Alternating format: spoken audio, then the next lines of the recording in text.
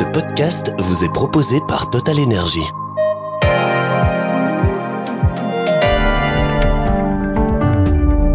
Devenir un Superman, un Batman, un X-Men, tous les entrepreneurs rêvent d'avoir les super pouvoirs pour faire décoller ou exceller leurs projets. Pas toujours évident de naviguer dans la jungle de l'entrepreneuriat et pourtant, aujourd'hui on le sait, un outil est là et offre pas mal de promesses.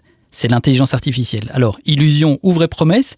Grâce à l'IA, serez-vous aussi agile que Spider-Man? Aurez-vous le mental d'acier de Batman? On en parle avec Émilie Le Cire, CEO d'Elixir et de Galaxia, autrice du livre IA Entrepreneur qui sort le 25 septembre aux éditions de Book. Émilie, bonjour. Bonjour Christophe. Alors voilà, vous avez sorti un livre, je viens de le dire, qui est intitulé IA Entrepreneur. Alors pour vous, entreprendre, c'est forcément déjà avec de l'intelligence artificielle ? Alors, pour tout ce qui est en tout cas mise en pratique quotidienne, on ne peut plus s'en passer, tout simplement parce que non seulement les concurrents y sont déjà, donc si on ne l'utilise pas, on sera beaucoup plus vite dépassé, si ce n'est pas déjà le cas. Mais au-delà de ça, pour moi, et c'est pour ça que j'ai écrit ce livre, l'IA te donne vraiment des super pouvoirs et te permet de te connaître beaucoup mieux. Et pour moi, c'est aussi le rôle de l'entrepreneuriat. C'est ça, donc aujourd'hui, la question... c'est même plus est-ce que je dois utiliser l'IA quand je suis un entrepreneur. Pour vous, c'est déjà tranché, on est à la phase d'après, mais j'imagine que beaucoup de gens qui viennent vous voir pour des conseils, etc., sont là encore avec des craintes, avec des questions. C'est pas pour vous, ça paraît évident. Ça l'est peut-être pas pour tout le monde. Non, c'est sûr qu'il y a beaucoup de craintes. J'en cite, je crois, une dizaine, effectivement, dans mon livre. Et l'objectif, c'est vraiment de comprendre que l'IA, il y a entre autres la question de je suis technophobe ou j'aime pas trop tout ce qui est technologique. En fait, l'IA, c'est d'abord et avant tout, à partir du moment où tu sais parler, tu sais utiliser l'IA puisque ça fonctionne au langage naturel. C'est pas comme des outils marketing ou du coding où là c'est des langages spécifiques.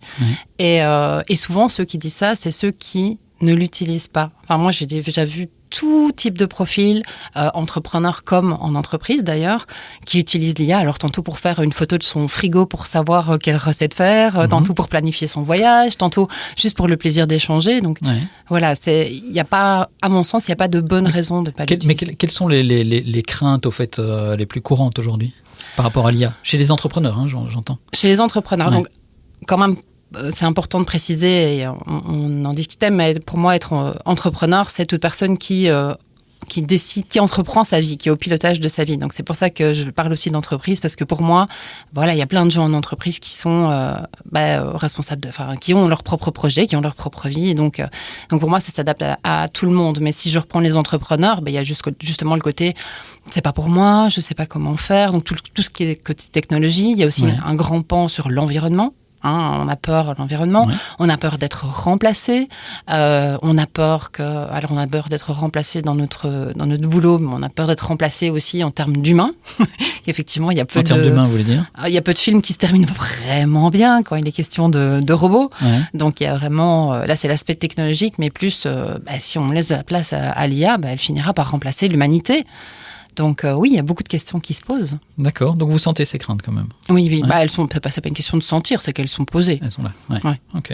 Et donc justement, dans votre livre, vous voulez déconstruire notamment ces craintes, et puis vous venez justement avec un concept original, un concept fort, qui est de dire que chaque personne peut libérer quelque part des super-héros qu'elle a en elle, dans le cadre de son projet, dans le cadre de son entreprise.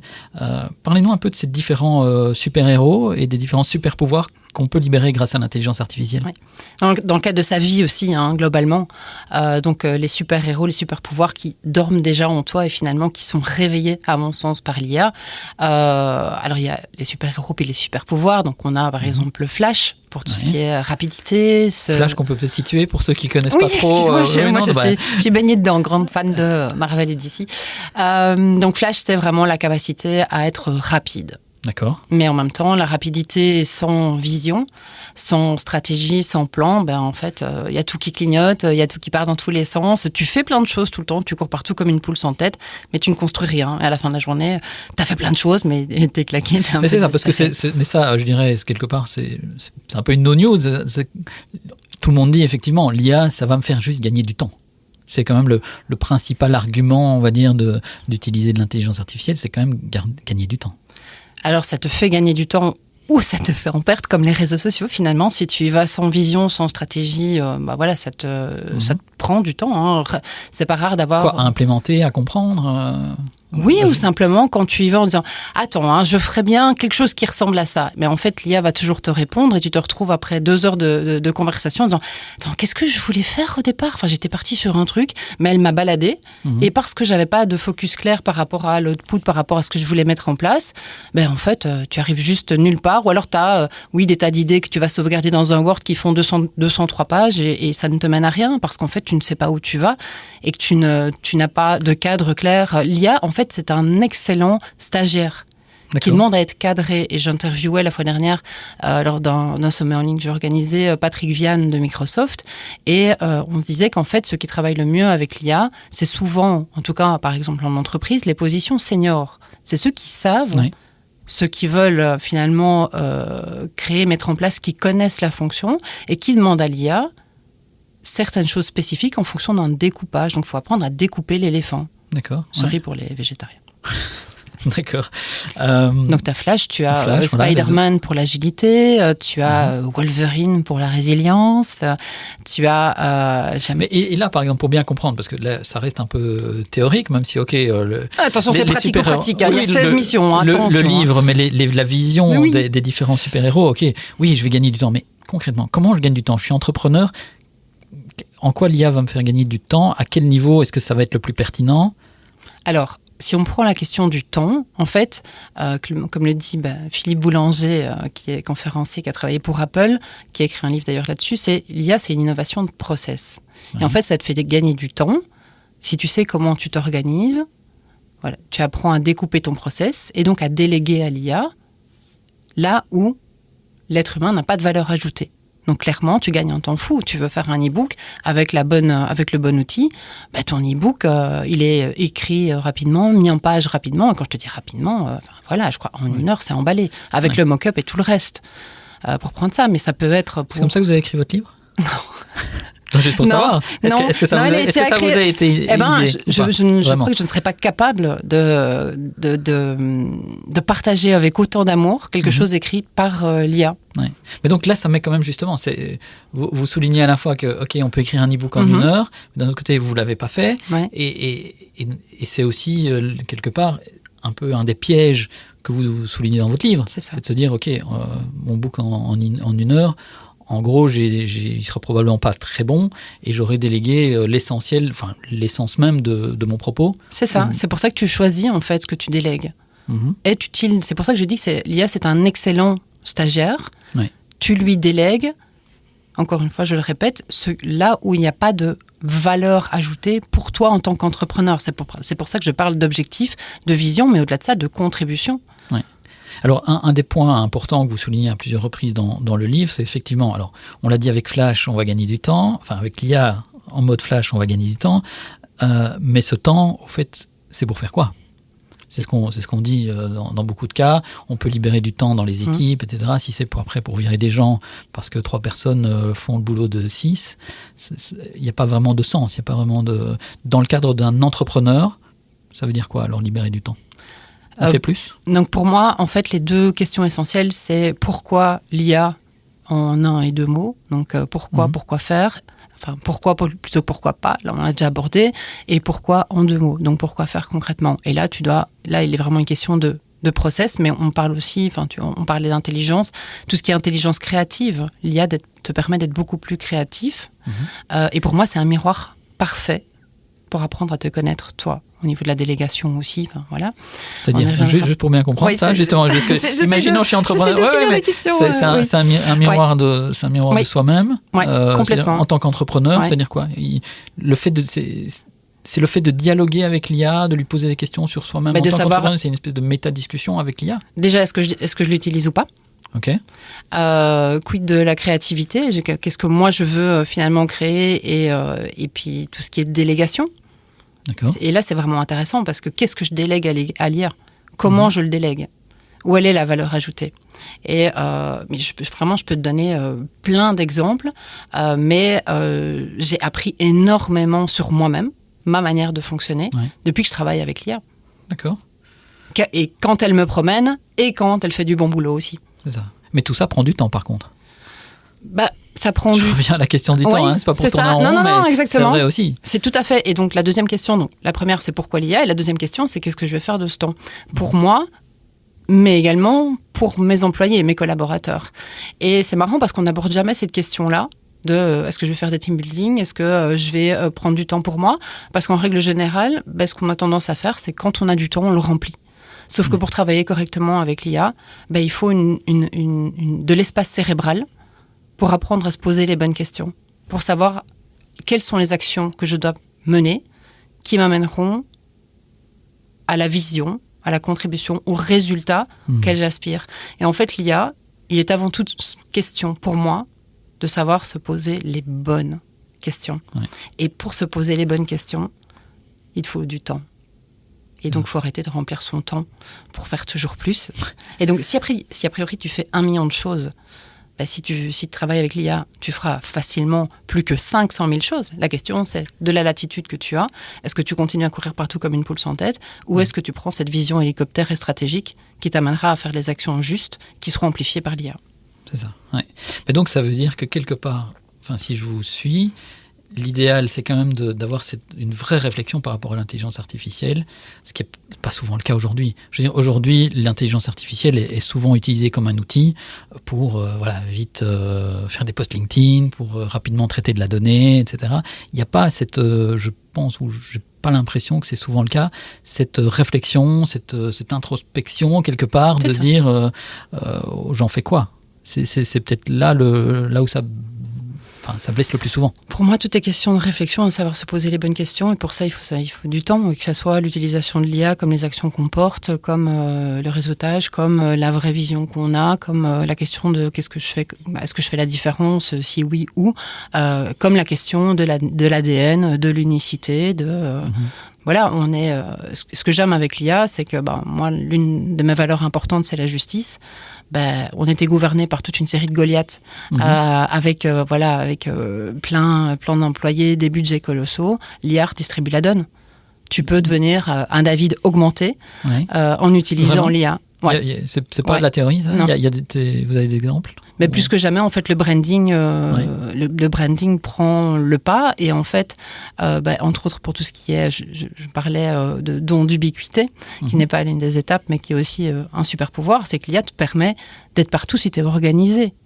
Avec les bons outils, avec le bon message, tu peux faire un impact. Et même quand c'est faux, si tu te souviens, je ne sais pas si vous avez vu la vidéo avec les lapins qui sautent sur le trampoline, 225 millions de vues, et c'était fait entièrement par l'IA. Ah oui, ok.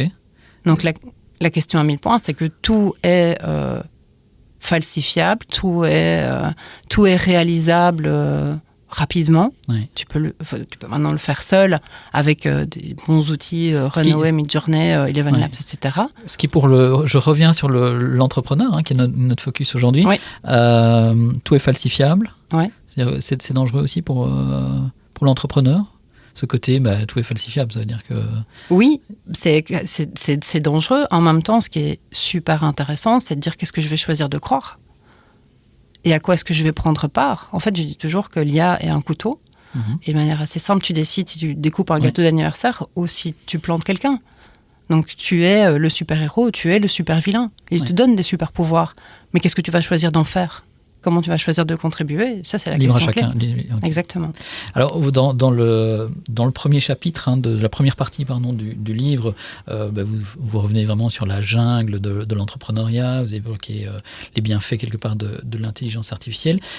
Vous soulignez aussi dans le livre que c'est une transformation radicale et une mutation du rôle de l'entrepreneur. C'est-à-dire que l'IA entrepreneur, on va dire, de demain, en quoi est-ce qu'il aura muté? Justement, c'est vraiment pour moi ce positionnement et qui est clairement un nouveau paradigme, un changement de paradigme qui est « Ok, maintenant je peux tout faire quasiment seul et rapidement. Qu'est-ce que je choisis de faire ?» Et donc, ça t'oblige à prendre cette fameuse position hélicoptère et macro. Enfin, ça t'oblige. Je le souhaite de tout mon cœur. Je vous le souhaite d'ailleurs. Parce qu'on parle ici de valeur. C'est facile, c'est facile de produire à peu près tout maintenant. Oui. Mais qu'est-ce que tu vas choisir de produire? À quoi tu vas choisir de contribuer? Oui. Et dans le voyage qui est justement proposé dans le livre, c'est vraiment le voyage. Je me suis basée sur le voyage de Joseph Campbell, le voyage du héros. Et j'en ai fait le voyage du IA Hero. Et donc l'idée, c'est vraiment une transformation à faire pas à pas, mais pas une transformation cérébrale. C'est une transformation qui s'acquiert par justement le fait de mettre au monde toute une série de choses et de voir ce que ça te renvoie et d'ajuster. Et justement, par rapport à ça, donc qu'est-ce qu'on en fait? C'est le sens qu'on met dedans. Alors, 2 questions à la fois. La première, c'est est-ce que vous croyez du coup à l'entreprise valoriser 1 milliard, l'entreprise unipersonnelle? Donc, ce qu'on dit beaucoup, c'est qu'aujourd'hui, on peut faire de tout. Donc, un entrepreneur pourrait, à un moment donné, créer une boîte qui vaut 1 milliard, donc ces fameuses licornes, en étant tout seul. Est-ce qu'on y croit? Vous y croyez? Je croyais que vous alliez poser les 2 questions en même temps. Oui, j'y crois. Parce qu'en fait, avec les bons process et la bonne organisation, si on prend juste la formation en ligne, par exemple, bon alors, on n'aime pas, souvent on achète et on ne la fait pas forcément, mais indépendamment de ça, oui, clairement. Enfin, tout est réalisable. C'est-à-dire que comme tout est une question finalement de process, à partir du moment où il n'y a pas de la livraison, parce que si tu as de la livraison de services dans le dur, il faut les gens qui suivent. Je dis pas que c'est pas faisable, c'est plus compliqué. Mais effectivement, dans le cadre alors aussi un logiciel, il y a du suivi, mais la formation en ligne, typiquement, c'est vraiment le bon business. Tu tournes ta formation, tu la vends avec une promesse suffisamment forte. Oui, bien sûr, 1 milliard n'est pas... Okay. C'est pas très compliqué, puisqu'en fait, tu as un process qui est optimisé et potentiellement, tu peux même mettre de l'IA pour faire tout ce qui est service client, etc. Donc, d'accord. Mais par contre, il faut se poser les bonnes questions et mettre le bon process en place. Oui, ça j'imagine. Et alors, la sous-question, c'était par rapport au sens. Donc évidemment, voilà, le sens qu'on met là-dedans, etc. Et du coup, je me disais, au fond, si on souhaite être entrepreneur à impact, c'est-à-dire qu'on veut résoudre un certain nombre de choses liées à l'environnement, aux problèmes climatiques, à la biodiversité, etc. On veut être entrepreneur à impact, on veut de l'impact, mais on sait aussi, et vous le soulignez, c'est assez intéressant dans le bouquin, l'impact négatif de l'intelligence artificielle, on en parle beaucoup, ce que ça consomme en électricité, en eau, en ressources, etc. La balance, elle est où? Est-ce qu'on peut être un entrepreneur à impact et utiliser l'intelligence artificielle? Pour moi, oui, encore une fois, l'idée c'est de réfléchir. Alors, c'est probablement l'un des points qui est le plus nébuleux et qui est le plus difficile à mesurer actuellement. Mais puisqu'il voulait même aller sur Mars, je pense, placer certaines choses. Donc voilà, ça devient, ça prend un peu des dimensions de folie. Mais si on prend, effectivement, je le mesure en termes de café ou d'utilisation d'électricité au Bénin, etc. Donc je mesure par rapport aux recherches Google. Quelques chiffres quand même, parce que c'est impressionnant. Oui, bien sûr. Je vous prends. Non, du tout. Alors le nombre de cafés, je sais pas, mais on est sur plusieurs millions. Mais par contre, c'était quoi, 34 000 recherches Google. 3 heures de voilà, c'est ça. Et sur un jour d'utilisation, il y a ChatGPT, je précise, c'est un jour d'électricité au Bénin. Voilà. Tout le Bénin. C'est ça, oui. C'est quand même impressionnant. C'est impressionnant, mais par exemple, si on prend un moteur de recherche comme Llama, on est sur beaucoup moins. Donc là, il y a déjà une recherche, une réflexion. Encore une fois, c'est toujours de la réflexion. Ce livre est une grosse réflexion sur la réflexion. Même si c'est de l'implémentation. Mais donc, il y a vraiment cette recherche, ce questionnement de quels outils j'utilise et puis pourquoi j'utilise l'IA. Encore une fois, si tu mets plus, une fois que tu as fini ce que tu dois faire, si tu continues travailler avec l'IA plutôt que de réfléchir, plutôt que de contribuer, plutôt qu'aller te promener dans la nature, ça n'a aucun intérêt. On va juste produire plus et donc oui, effectivement, utiliser plus au niveau de tout ce qui est consommation. Maintenant, ce qui est intéressant, c'est de voir aussi tout ce que l'IA nous fait gagner en termes écologiques. Il y a par exemple maintenant et ça permet de mesurer dans les champs où est-ce qu'il faut arroser. D'accord. Ça permet, tu as des drones qui permettent de voir quand le fruit est mûr. Tu as au niveau de la météo toutes des études qui permettent de savoir quelle météo il va faire et donc où est-ce qu'il faut être attentif dans le monde par rapport à ce qui arrive. Donc bref, là je crois que j'ai cité, je pense, c'est quand même un chapitre de 4-5 pages où je prends vraiment la mesure de l'impact que ça a tant dans les différents domaines, tant au niveau de l'agriculture. Donc c'est un peu à chacun à faire sa balance sur l'utilisation de l'IA à ce niveau-là aussi. Bien sûr, savoir de l'utiliser en conscience, en fait. C'est vraiment un entrepreneuriat globalement plus conscient. Et l'IA, je l'espère, amènera vers plus de conscience et puis moins de jugement. Parce que quand tu sais que potentiellement tout ce que tu peux voir est erroné, qu'est-ce que tu choisis de faire ?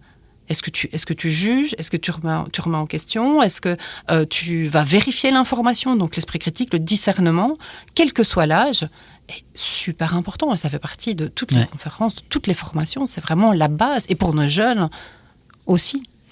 Parfait. Et donc, je rappelle que votre livre IA Entrepreneur est sorti sort le 25 septembre, c'est tout bientôt, chez Debook Supérieur, disponible partout très rapidement. Et préciser que c'est un livre qui est pas uniquement descriptif, qu'il y a vraiment une invitation à passer à l'action. En 2 lignes, en 2 mots. Oui, exactement. Comment est-ce qu'on passe à l'action grâce au livre ? Il y a 16 missions. Outre toute une série de questionnements, il y a vraiment 16 missions concrètes.